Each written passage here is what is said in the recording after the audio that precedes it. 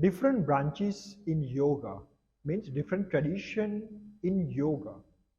Remember, whenever we are using the term yoga is for different practices, umbrella term.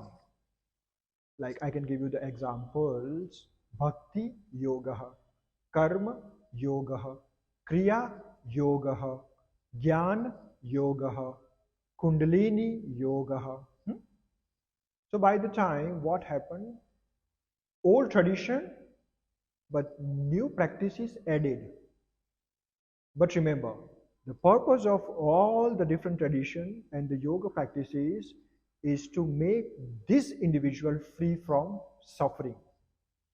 And when you are free from your own ignorance, you attain Kaivalya, the moksha. In Bhakti Yoga, we are surrendering to the God. Don't think that you are the one who's running the show. Remember, there is nature, universe, the ultimate God who's guiding us. Even see, the sun rise on the time, the sun set on the time. So there is a force we believe that which is responsible to create entire universe and to nurture it. So in bhakti, we are surrendering faith in the God. Then karma yoga, selfless service. Remember, the purpose of karma yoga, selfless service for humanity, is to purification of our beautiful mind.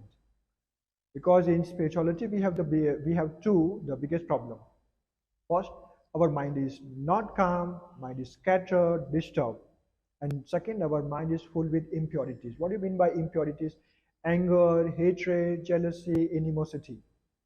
The Karma Yoga help us to purify our beautiful mind. And Jnana Yoga, the ultimate knowledge, the knowledge of our own self.